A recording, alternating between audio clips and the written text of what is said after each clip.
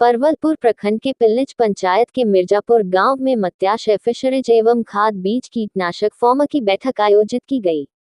इस बैठक में किसानों ने बढ़ चढ़कर हिस्सा लिया और अपने अनुभवों को साझा किया। बैठक की जानकारी देते हुए निदेशक मंडल रेणु कुमारी ने बताया कि इस बैठक का उद्देश्य किसानों को मत्स्याशय फिशरीज और खाद बीज कीटनाशक के बारे में जानकारी प्रदान करना था। उन्होंने कहा कि हमारा उद्देश्य किसानों को अपने खेतों में उत्पादकता बढ़ाने के लिए आवश्यक जानकारी और संसाधन प्रदान करना है। इस बैठक में किसानों ने अपने अनुभवों को साझा किया और अपने खेतों में उत्पादकता बढ़ाने के लिए आवश्यक जानकारी प्राप्त की।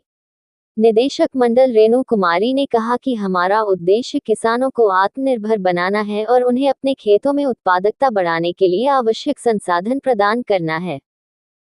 खाद की किल्लत को दूर करने के लिए और खाद समय पर उपलब्ध कराने के लिए किसानों को एकजुट करने का प्रयास किया जा रहा है और उसी कड़ी में नाबार्ड द्वारा इस फार्मर प्रोड्यूसर कंपनी का गठन किया गया है। परवलपुर और हिलसा प्रखंड, एकंगरसर प्रखंड को मिलाकर इसमें मत्स्य पालक और अन्य किसानों को जोड़ा गया है और एफपीओ को विभिन्न इनपुट लाइसेंस दिलवाया गया है विभाग के माध्यम से। और इस लाइसेंस मिलने के उपरांत किसानों को ये प्रयास किया जा रहा है कि एफपीओ के माध्यम से उचित मूल्य पर और ससमय खाद उपलब्ध कराया जा सके। बाज़ार में कई बार किल्लत होती है, बाज़ार में कई बार रेट का भी डिफरेंस आता है, तो प्रयास किया जा रहा है। चूँकि एफपीओ एक किसानों की ही कंपनी है, किसानों की अपनी कंपनी है, जिसका अपना कोई पर्सनल मोटिव नहीं होता है, कोई वैसा प्रॉफिट मोटिव नहीं होता है और उद्देश्य होता है कि ज़्यादा से ज़्यादा किसानों को लाभ दिया जाए। तो प्रयास किया जाएगा कि किसानों को उचित मूल्य पर और ससमय स्टॉक के अनुसार खाद की उपलब्ध कराई जाए। आज जो दानेदार यूरिया है उस पर किसान ज़्यादा भरोसा करते हैं बशर्ते नैनो यूरिया। तो इस पे आपका क्या कहना है? देखिए, सरकार जब भी कोई नई पॉलिसी या कोई नई योजना लेकर आती है तो शुरुआत में किसी भी व्यक्ति को उसे अपनाने में कठिनाई होती है, क्योंकि हम उसे काफ़ी समय से फॉलो करते रहे हैं। लेकिन सरकार काफ़ी रिसर्च के बाद ही किसी प्रोडक्ट को लेकर आती है और उसके पीछे सरकार की कई अच्छी मंशा होती है कि हम किसानों को बेहतर लाभ दे सकते हैं, कम समय में लाभ दे सकते हैं। तो इसी के तहत सरकार द्वारा नैनो यूरिया और नैनो डीएपी जैसे उत्पाद लेकर आई है।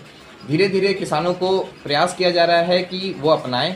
इसके लिए कई संगोष्ठी भी इफ़को के द्वारा ज़िले में किए जा रहे हैं। कुछ हमारे फार्मर प्रोड्यूसर कंपनी उस उत्पाद के लिए वर्कशॉप भी करते रहते हैं, गांव में जाकर किसान संगोष्ठी भी करते हैं।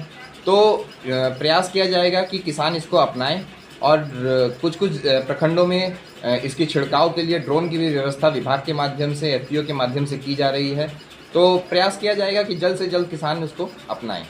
आप में किसान के साथ ये बैठक किए क्योंकि अगले सीजन में हम लोग मई से फर्टिलाइज़र और कीटनाशक और बीज का लाइसेंस हो गया था, तो उस पर किसान को सुविधा देने के लिए किए। मगर बीच में हम लोग को बिचौलिया ये हो जाता है जो हम लोग को आगे बढ़ने नहीं देता है, वो कमज़ोर समझता है। तो उसी को बीच में हुआ कि हम लोग आपसी बैठक करें, किसान के साथ भी मेल करें कि हम लोग बीच वाले जो डीलर होते हैं या बिचौलिया होते हैं उससे हम दूर कैसे हों, हमें हिम्मत कैसे आवे कि हम उस पर आगे काम करें और हमारे किसान को जितना सस्ता दर हो सके कि बिचौलियों के हाथ न लगे, जितना दर सस्ता हो सके उतना पर हम किसान को खाद उपलब्ध करा सकें। इस संगठन में कितने अभी सदस्य हैं?